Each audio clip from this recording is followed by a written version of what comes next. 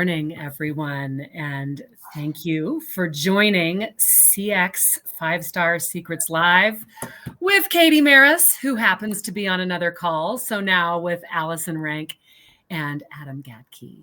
Adam, I am so grateful that you're here today. Thanks so much for having me. Yeah. So we met by introduction from Doug Reeves, who I believe is going to be on here. Doug, say hi if you're on. We'd love to feature you and honor you for this introduction. I met you, Adam, right as you were transitioning from your role at your dealerships to all the great things that you're doing now, and spent 2 days at our summit with you. And just all of your thought leadership is so on point with everything that we're doing in customer experience. And we really wanted to make sure that your wisdom is imparted on our viewers. So thank you for joining. Happy to be here. Happy to share what I can. I love it. I mean, that's a great place to start with how you led growth from 2 rooftops to 18. And I think my first question would be, when you look back, what were the early non-negotiables that you instilled that really built momentum as you grew your dealerships? Yeah, so when I started in the business, it was very transactional. There was not a lot of focus. So I started in 03, and it was very transactional. There wasn't a lot of customer experience built into what you did. It was all about that one deal, that one profit. And I kind of remember the moment of when it clicked with me that when I became a GM of the group and we were starting to grow, it really clicked with me that if I wanted to build something and I wanted to build a group and start developing sales that repeated themselves, I had to focus on every customer. So one of the big pieces was just empowering the people and creating a different sort of culture and atmosphere where people got to make decisions and feel like they could solve problems for customers. So that was a transition in the company where we looked away from profit and looked towards the people and empowered the people to make the customers happy so that they wanted to come back and repeat business with us. And in that transition, that customer first, employee first, did profit suffer? No, they didn't. It was actually the opposite. So we went from being, one of the smallest new car dealers in the state to the largest new car dealer in the state. And we built it really just one customer at a time. So profits followed along with that. When people want to come back and they want to do business with you, it doesn't hurt your profits. So we kind of shifted the mentality from looking at, everybody looks at policy or spending money to make a customer happy as an expense. We started shifting the mentality as that's really looking at it like advertising. And you should look at it and you should celebrate when you get the opportunity to make things right for a customer rather than look at it as a negative. So we built processes around that where we gather as a team and we solve the problem. And then we would celebrate the win of solving that problem for the customer and just shifting the culture around how you would look at the spend. So everybody looks at, and this was a long cultural shift, but most dealerships look at what it takes to acquire a customer. And they study that, to a T. They know to a penny what it takes to acquire a customer. We shifted that mentality more towards what does it take to keep a customer? And we looked at that in the same light of we want to spend more money in that category than what we want to spend in the acquisition category. I love that. You recently posted about how you went to buy a car through the normal process, and it took you 5 different dealerships to do it the way that you wanted to do it before one of them actually did it, which was, I don't care.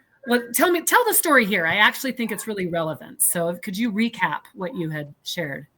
So I took the opportunity to buy a car, and I got a lot of questions on why I would go away from the dealer group, but I wanted to take the experience and shop the actual market. So being a young person entering the car business, that was really my first car buying experience. So in 22 years, I've never bought a car through the normal channels. Right. I've always just been either I could get the cost on the car. I didn't have to do it through the normal channels. So I thought, I'm going to take the opportunity. I'm going to shop like a customer. And I did shop a little bit unique. I wasn't very specific. I just gave some overall things that I wanted to do. And I felt a lot of resistance. There was resistance to giving me my options. There was resistance to, you need a credit app to get a payment. There was resistance to, we won't deliver a car to your house. So I just looked for lack of roadblocks in the experience. And I found 1 out of 5 said, here's some options. And when you decide, we'd be more than happy to bring the car. And they did it quickly. So that was the one that I went with because there was just no friction. They gave me what I needed. And they didn't ask me for a bunch of information or commitment on time or to spend time with them to come to the dealership. They gave me what I needed to commit to purchasing a vehicle. It's simple and complex. And I know, so like as an expert, if you were rewriting a dealership's digital to showroom journey today, can you talk about or think about maybe 3 of the main friction points that now you've experienced that you would fix first?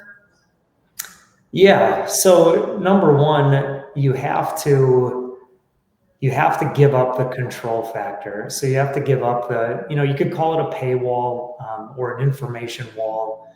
You have to give that up and just supply the customer what they need and believe that that customer has the best intention.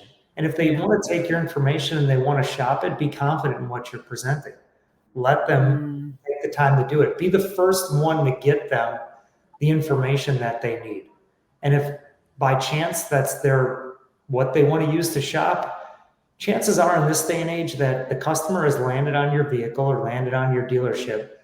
Don't give them a reason to go to the next one. Get them a response quickly, accurately what they want. And then the other thing is when you have whatever you have them do online. So whether they're working on a payment, they're working on a trade process, they're working through something, make sure you understand what their journey's been when they get to the dealership. So if they do this journey and then they commit to coming in, understand what their journey has been and don't make them repeat what they've already done. So that can be another frustration. So I guess to recap the 3 things, I would say respond quickly, give them the information that they want, and then make sure when they get to the showroom that you understand what they've done and that online process just rolls seamlessly into your showroom process. What a great conversation starter too. Just tell me about your experience so far. What have you been looking at? Like they'll probably volunteer more information about even competitors and stuff like that. You can then use to endear yourself, actually pick up some golden nuggets and truly have a conversation instead of just that I'm going to sell you. That's if you want to surprise a customer when they get to the showroom, simply ask them, explain what your process is, but then simply ask them how they would like to purchase their car that day. Yeah. And most customers, they'll ask you, what do you mean? And you have to explain, well, we want to deliver what you want. So how much time do you have today? Yeah. And how would you like to purchase the car? Yeah. Wow. Some people want to take an extended test drive. They want to drive it a long time. Some people don't even want to drive the car. Some people just want to write the check and go home. Yeah. And if they say, I know what I want $500 off the car. And if you can do that, I'll write the check right now. Wouldn't you want to deliver on what that customer wants and reduce that friction point right there? Yeah. I would. Absolutely. It goes back to something Bill said in his keynote. It's when people come in, he shifted the language from can I help you to I can help you. And what do you, and then the question, what do you want? I can help you. Yeah. letting the customer know you're there to help them through their process, not force them into the dealership process. Because that's really where the customer frustration comes in. And, there's many points we could talk through on that, where when the management staff is forcing the process on the salesperson, and then the customers fighting that process and saying, I don't want to do that. You've got this salesperson stuck in the middle. And that's a tough place to be for any salesperson. Okay, so great segue. If you're advising GMs and dealer principals on what metrics tell you an organization is truly customer obsessed and doing it the customer obsessed, I don't know if I want to call it the right way, but the CX way, not just measuring transactions, but loyalty and trust, what metrics should they be looking for and inspiring and rewarding in their salespeople? The typical answer is going to be Google reviews and CSI, and those are great metrics. I can tell you from experience, I just got a survey from the car that I bought, and when I read through the survey, it was almost like a trick questionnaire from the dealership, where I reached out. I reached out to the somebody I know that represents that brand, and I said, boy, it's got to be hard to get good surveys, and you must, they even ask in the survey if you've been coached on the survey, and it was just kind of confusing from that aspect. But if you're a dealer and you really want to know, what your experience is like, first of all, I would simply create a process where you're asking your customers and measuring what they're saying when they visit your dealership. So you can do that in many different ways. You can simply do it by having an email or a text message go out from an executive on your team where you're asking for the feedback and create some sort of feedback loop. Another thing that we really studied was the retention, and not just looking at service retention, but the overall retention of a customer and the life cycle of a customer, and really tried to look at how we kept those customers in that loop of doing business with us just over and over and over again, and how we could interact with them, and picking points that made sense to interact with the customer to keep them engaged. And right now, the greatest thing with what's going on with technology is not AI is great and it's great to communicate. But the one thing that's great about AI is there's all sorts of triggers that you can see when your customers are in the market, and you can communicate to them at terms where it makes sense to reach out to them and have that human interaction with them to keep them coming back to you. And measuring that is a true indicator of how well your team is performing on the customer service aspect. Another way to measure it, which is out of the box, is just your turnover with employees. Because I believe that when your people are really empowered to take care of the customer, they are happier at work. Because I believe that most people, the right people, come to work to help that customer make a purchase. They don't come there to take advantage of people. They don't come there to rip people off. They don't come there for those reasons. They come there because they really want to help people, and they want to get that satisfaction from making people happy. And everybody that's been in sales loves that feeling of, I sold that person, but they really felt happy when they left, and they were smiling, and I made it a great experience for them. And if you can provide that atmosphere where they do that, your turnover, the hours become, they go away. People will work the hours. The satisfaction level goes up, and your turnover will drop drastically. I love that. As someone who came to our summit, curveball here, what techniques and tools did you observe that were new to you that stood out as things that you're excited for dealers to adopt?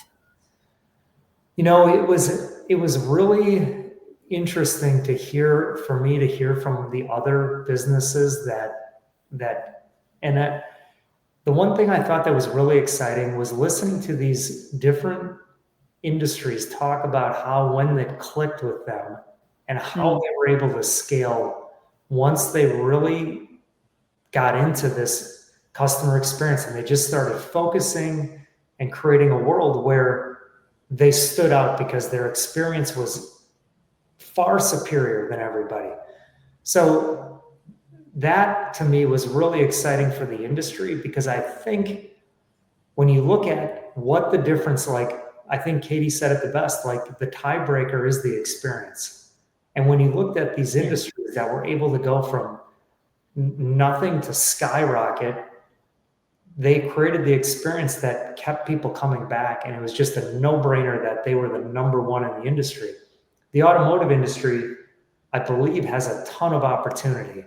And there's a lot of low-hanging fruit in a lot of markets where if you become that person, you take yourself from the ground level or what is the expectation and you go way above the line, you own the market because your prices may be similar, they may be a little bit more, but you will stand out in the marketplace and your reputation will drive your business. So the biggest thing that I took out of it is there's the opportunity for everybody is to engage in really training your people on what it means and how to deliver that experience. And if you do that, the sky is the limit. Yeah. Doug, I would love to quote him. He said, empower your employees and give them a career, not just a job. And it's recaps exactly what you said right there. It's the transfer. Katie always says, to truly deliver incredible experiences, you can't just transform the processes, you have to transform and inspire the humans. And that's the exciting part of what we get to do is come together and little bites of the elephant, just focus on how we deliver incredible experiences, as well as experience incredible lives ourselves as people in the automotive industry. Yeah. It's fun to have you and some of the others in the summit community as we do this 90 days after, just how excited everyone is to truly take things to the next level. So yeah, it's great to see the group of leaders that was in that room. Really was. Yes. Including Doug. Thank you, Doug. Okay. I'm going to give you some rapid fire 5-star secret questions. One process every dealer should standardize tomorrow. I would say have a process for handling any sort of issue. That really comes down to when a customer has a concern, the way you handle that is the experience to that customer. And I believe, again, I took this from the summit, but the happiest customers come out of a repaired negative experience rather than just that 100% positive. So have a process, have a way to trigger what you do, the team that's going to handle it, and really deliver on when that negative comes in or when somebody has an issue. Have a process that you can quickly and accurately fix that issue for the guest. So right on. The what can go wrong and then the be a hero plan that's already in place that you continue to add to because it's life and things continue to happen. Yeah, and understanding that time is the biggest, you don't have all the time in the world because that customer is sitting and waiting for you to communicate with them how they want that fixed. So the action you take has to be quick, and there's got to be some sort of process behind it to drive the result that you're looking for. Yeah. I was talking to a dealer over 7 groups just this morning, and she was saying there was a situation where they got a really bad Better Business Bureau review because this person was trading in a car to get a different car. And the dealership actually owed them some money because it was a transaction where I don't quite understand it, but and they couldn't do the check right then. So they said they would do the check the next day. And the woman called a week later, no check. And the process was going to be to mail the check. And this leader was in the group chat, like, shouldn't we hand deliver the check to them? And there was also a safety issue, a seatbelt issue with the car that they had bought. So shouldn't we take the car back and repair the safety issue? And they're like, no, there's more at stake here. And the bottom line is, even if there is, no, there's not. So meanwhile, fast forward, somehow, even though they had the right address, the check didn't get to the right address.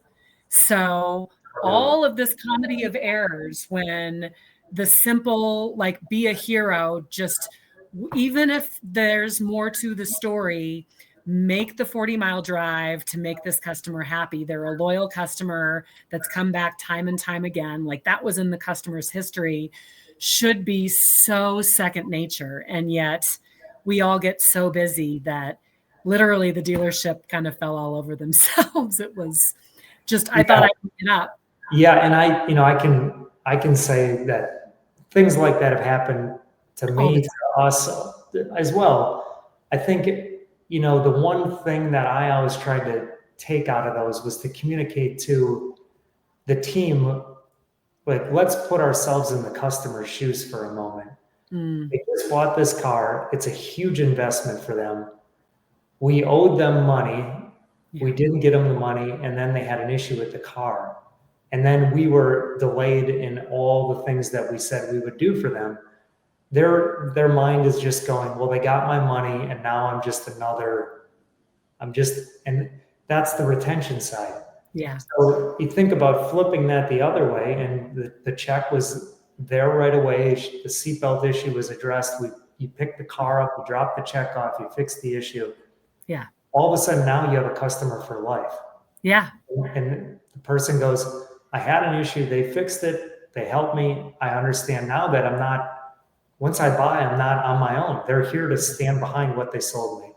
And that means something to people. And getting your people to understand that is key to being able to build the experience. Well, and in this example, the thing that stood out to me was this person obviously is vocal. She went to the Better Business Bureau. If you had driven the check to her, how vocal would she have been raving about you and recommending, even though there were issues? Like, that's where, yeah. So we have a question from Doug. I'm going to ask it. So it seems logical that focusing on the experience provides huge returns in all measurable aspects of the business. In your opinion, what is holding dealers back from truly focusing on it? That's a loaded question, Doug. But I'm going to be honest, because the great thing for me is I'm out of the dealership walls, so I can be. The biggest thing, and I think some dealers, it'll sink in with them. The dealership world is stuck in that's how we've always done it. And there's a lot of top-down pressure. And when you look at, I don't know the average age of an owner in of a dealer group or dealership, but when you look at what's going on and when you look at the financial statements and you see what's the profit being produced, it's very easy to go, nothing's broken. It's very easy to go, we deliver a good experience. Look at the bottom line. Yeah. That's the easy way to do it, instead of really finding out what is going on. So, again, not a popular answer, but the answer is people don't want to look at what the true experience is, because they're more interested in, if I give enough money to enough people to get my message out there, I'll attract enough people who will just keep coming through the door, and I'll just keep turning those people, and I'll just keep doing what I'm doing. And then my process, ramming people through my process, will keep producing this profit. And when it's worked for them for however long they've been there, 20 years, 30 years, 50 years, the chances of them going, I want to get on a different side of this and do things different, that's the hang up. And really what needs to happen, because, again, like I could probably go on for half hour on this, but when you look at what's happening, that, Carvana now moved into number 9 in the nation with Stellantis. They sold 185 units. Now, granted, they have a lot of units on the ground, but why are people defecting and going to that model in the new car world? Probably because they're not getting what they want through the traditional buying process. So they're just defecting and they're going that route. So the more we fight it, the more that the people that are going to deliver that frictionless experience will win. And eventually the reality will come that, hey, we've got to take care of the people. And that's how this business works. It's not just a transactional process. It's people dealing with people, and we need to care about them and deliver a great experience in order to be successful for the long term. Yeah. With all the online options coming out, or frictionless Carvana or the other Amazons, the customer experience when you do get to the dealership is so paramount in return service visits, loyalty for that next. Otherwise, I might buy Carvana this time. Maybe I'll buy Amazon next time. I'm not necessarily going to be loyal because that wasn't tied to an experience or a human, right? So yeah. And there is a place for Amazon. There is a place for such a place buying online, because people do want that. But when they do choose to arrive at the dealership, they have made a decision to buy a car, and you have to believe that they're there to purchase a car. It's your experience that whether they purchase or not, it's 100% on the experience you create, whether they purchase or not. Yeah. And I'll go back and quote Daryl from the beginning when we were talking about where you said to ask the customer how they want to buy the car. Daryl specifically said, when we push our agenda rather than answering the customer's questions or tailoring it to what they want, that's exactly the moment when the experience will begin to fail. It will. And profitability will go down. So full circle there, Daryl, with something you commented at the top. Thank you. Okay, I have time for maybe one or two more. One word that describes or defines a 5-star culture. I would say ownership. Okay. Excellent. To me, it's always been about ownership and owning that experience, each individual. And I would love to close with one win that you still celebrate like it was yesterday. Yeah. So, I'll tell the story, kind of my shift that turned the car business into a career. And it was the moment that I told the owner that I wanted to really dive into creating an experience for every customer, that I believe that was the path to success. And he kind of, chuckled at me and said, that's really cute. And then I reiterated what I wanted to do. And he had faith in me, though, which was awesome. Like, he said, okay, go ahead, do your thing. And he let me do it. And I started to turn I really looked at the automotive industry up until then as kind of like a job. And then it kind of turned a corner with me where I started to believe, like, hey, I'm starting to get involved in the community, and people are getting to know me, and they're coming to me, and people are just calling me to buy a car because they're hearing about what we're doing. And that started to feel like really good. And I wanted to duplicate that over and over again. And that's when the growth started in our automotive group. And we were able to implement that throughout the dealer group and build it, which that was probably the biggest win I've had in my career. So the ownership, when you said, I want to own this, and you were given that, yes. Given the ability to do it. Yep. I love that. Well, Adam, it has been such a joy talking with you. Thank you for sharing your insights and your wisdom with all of us. And thank you, everyone online, for joining us. I hope you have an amazing day. Thank you, Allison. Bye. Bye-bye.